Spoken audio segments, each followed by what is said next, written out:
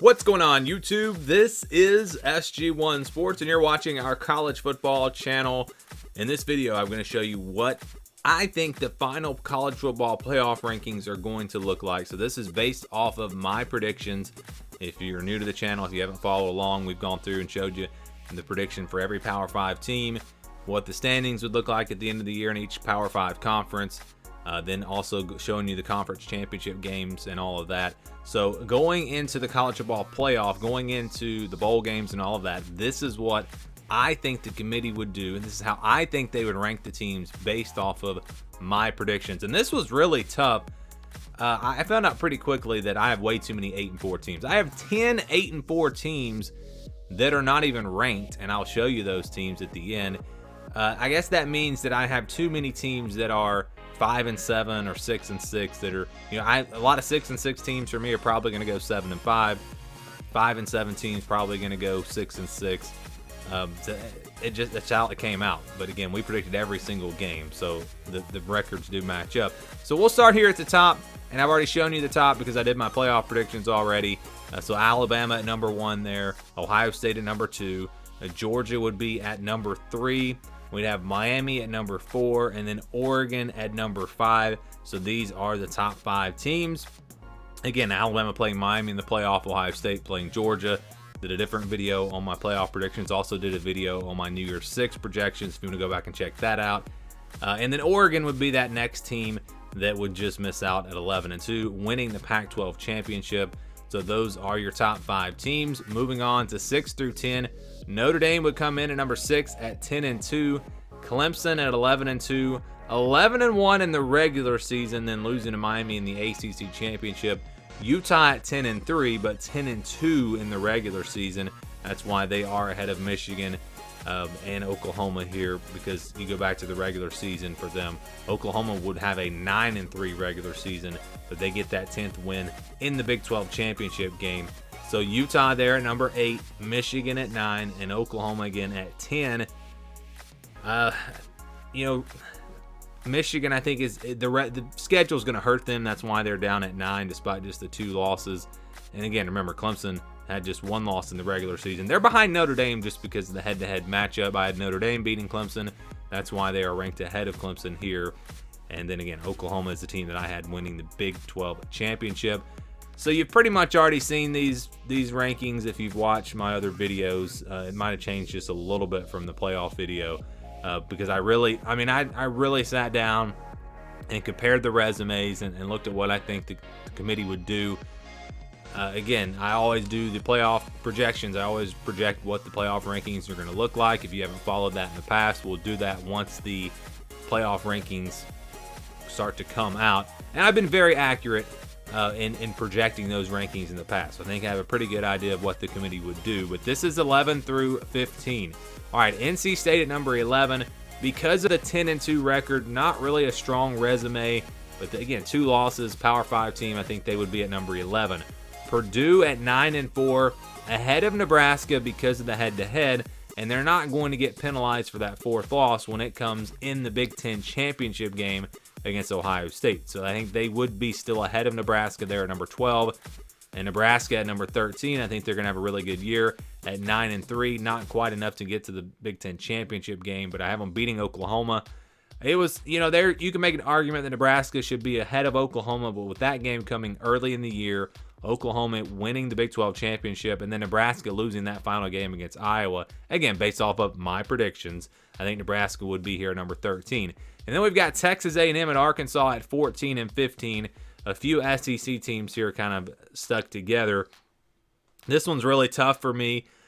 Texas A&M has the head-to-head over Arkansas. Texas A&M has a little bit better resume, despite a very tough non-conference schedule for Arkansas. But remember, we have Texas A&M losing to Miami. That means they only lost 3 games in the SEC, so they were ahead of Arkansas in the standings. They beat them head-to-head. I've got Texas A&M at 8-4. I think the resume is just a little bit better. And again, the head-to-head's the big thing there. And then LSU at 16. So those 3 teams are really close for me, comparing their resumes. Very, very close. LSU losing to Texas A&M would be the difference here. And that's going to put the Tigers at number 16. And I've got some 8-4 teams in the SEC that I don't even have ranked. But when you really dig into the resumes, these three teams have a much better resume than some of the other teams in the SEC that I have going 8-4. But yeah, Arkansas beat LSU head-to-head, so that's why Arkansas, another reason why they're ahead of LSU. Cincinnati at number 17, I've got them winning the American. One of their losses, though, coming to Arkansas. They're not going to be penalized too much for that, and then I have them redeeming a loss to UCF in the conference championship game. So 11-2 for Cincinnati, and again, they would be the New Year's Six representative from the group of 5. Michigan State at number 18, 9-3, very good season. Same thing for USC, 9-3. But the resume, it doesn't really compare to those 8-4 teams I just showed you from the SEC. Texas A&M, Arkansas, and LSU will just have better resumes. Despite an extra loss, tougher schedules, I think they would be there. When you look at Michigan State and USC, just not many quality wins for them, but taking care of business when they need to. That's why they finish at 9-3. Iowa's an interesting team here at number 20 at 8-4. The reason why they are kind of ahead of some of the other 8-4 teams out of the Big Ten is because of their win over Michigan. They've got that win over Michigan. They beat Iowa State in the non-conference. Not a great team, but it is a Power 5 win. Then they have wins over Wisconsin, who was almost in the top 25, and Nebraska, who's in the top 15. And that was their last game of the season. So a very respectable resume here for Iowa. One of the losses coming to Ohio State. So yes, I think the Hawkeyes would be ranked at 8-4. Again, the reason they are ranked and a few other Big Ten teams are not is simply because they beat Michigan. That's the big thing for them. They have a top 10 win on the resume.